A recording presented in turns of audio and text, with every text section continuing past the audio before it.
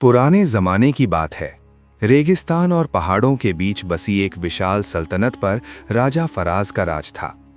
दूर से देखने पर उसका महल सोने की तरह चमकता था, मगर उसके भीतर जुल्म, डर और खून की गूंज थी।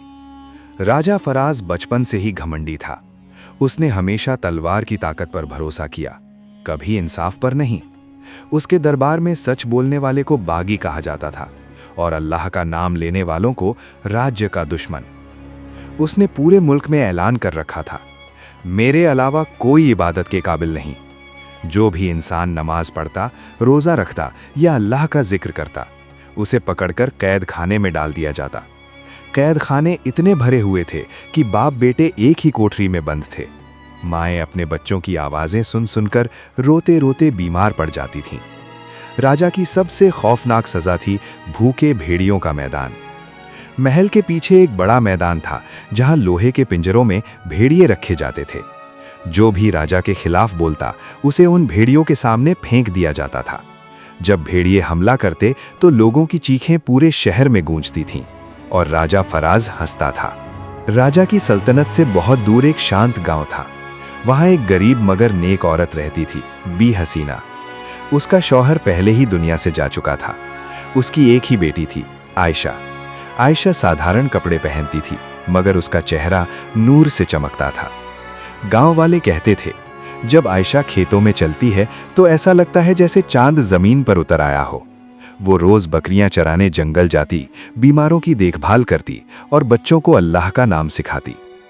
बी हसीना अक्सर उससे कहती थीं, बेटी, दुनिया डराती है मगर अल्लाह बचाता है। उनकी जिंदगी मुश्किल थी, पर उनके दिलों में सुकून था। एक दिन आयशा जंगल में लकड़ियां जमा कर रही थी। दोपहर का सूरज आग की तरह तप रहा था। पसीना उसके माथे से बह रहा था। वो एक बड़े पेड़ के नीचे बैठी और थोड़ी देर के लिए आंखें बंद कर लीं। अचानक एक दर्द भरी कराह ने उसे जगा दिया। आवाज इतनी भयानक थी कि उसके रोंगटे खड़े हो गए। वो धीरे धीरे आगे बढ़ी और देखा, एक विशाल भेड़िया जमीन पर पड़ा तड़प रहा था। उसके पंजे में बड़े बड़े कांटे धसे हुए थे और खून बह रहा था। आयशा डर गई। उसके दिल ने कहा, अगर ये हमला कर दे तो? मगर फिर उसे अपनी माँ की बात याद आई, जिसके दिल में रहम हो, अल्लाह उसे कभी अकेला नहीं छोड़ता। आयशा ने बिस्मिल्लाह पढ़ा और बहुत सावधानी से कांटे निकालने लगी। हर कांटा निकलते ही भेड़िया दर्द से कराहता, फिर शांत हो जाता। आखिरकार उसका पंजा ठीक हो गया। भेड़िया कुछ देर उसे देखता रहा, फिर जंगल में गायब हो गया। आयशा ने अल्लाह का शुक्र अदा किया और घर लौट आई। उसे नहीं पता था कि यही नेकी उसकी किस्त। कुछ दिनों बाद राजा फराज के सिपाही गांव में आए। उन्होंने कई मर्दों को पकड़ लिया क्योंकि वे अल्लाह की इबादत करते थे। औरतें रोने लगीं, बच्चे चीखने लगे। बेबस लोग मदद मांगने बी हसीना के घर आए। आयशा ने सबकी बातें सुनी और बोली, ये जुल्म अब और नहीं चलेगा, मैं राजा से बात करूंगी। उसकी मां घबरा गई, बेटी, वो तुझे मार डालेगा। आयशा ने शांत स्वर में कहा, अगर अल्लाह मेरे साथ है तो मुझे कौन मार सकता है। वो अपने पिता के पुराने घोड़े पर सवार होकर महल की ओर चल पड़ी। जब आयशा महल पहुंची तो पहरेदार हंस पड़े। एक चरवाहा लड़की बादशाह से बात करेगी। राजा फराज ने गुस्से में उसे गिरफ्तार करवा दिया और अगले दिन ऐलान हुआ, कल दोपहर आयशा को भूखे भेड़ियों के सामने फेंक दिया जाएगा। पूरी सल्तनत में दहशत फैल गई। बी हसीना पूरी रात सजदे में रोती रही, या अल्लाह, मेरी बेटी की हिफाजत कर। अगले दिन विशाल मैदान में हजारों लोग जमा थे। आयशा को रस्सियों से बांधकर खड़ा कर दिया गया। भूखे भेड़िए पिंजरों में गरज रहे थे।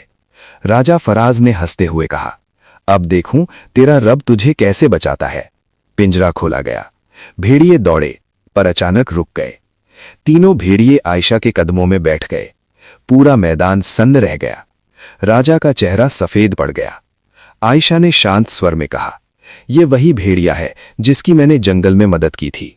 उसने सबको पूरी घटना सुनाई। लोगों की आंखों में आंसू आ गए। उन्होंने अल्लाह की कुदरत को अपनी आंखों से देखा। राजा फराज कांपने लगा। वो समझ गया कि उसने अल्लाह की ताकत को चुनौती दी थी।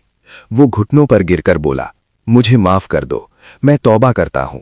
लेकिन जनता बोली, तूने बहुत जुल्म किया है, अब इंसाफ होगा। और वही भेड़िए जिन्हें राजा ने हथियार बनाया था, उसी पर टूट पड़े। जुल्म का अंत हो गया। पूरी सल्तनत में खुशियां फैल गईं। लोगों ने अल्लाह का शुक्र अदा किया।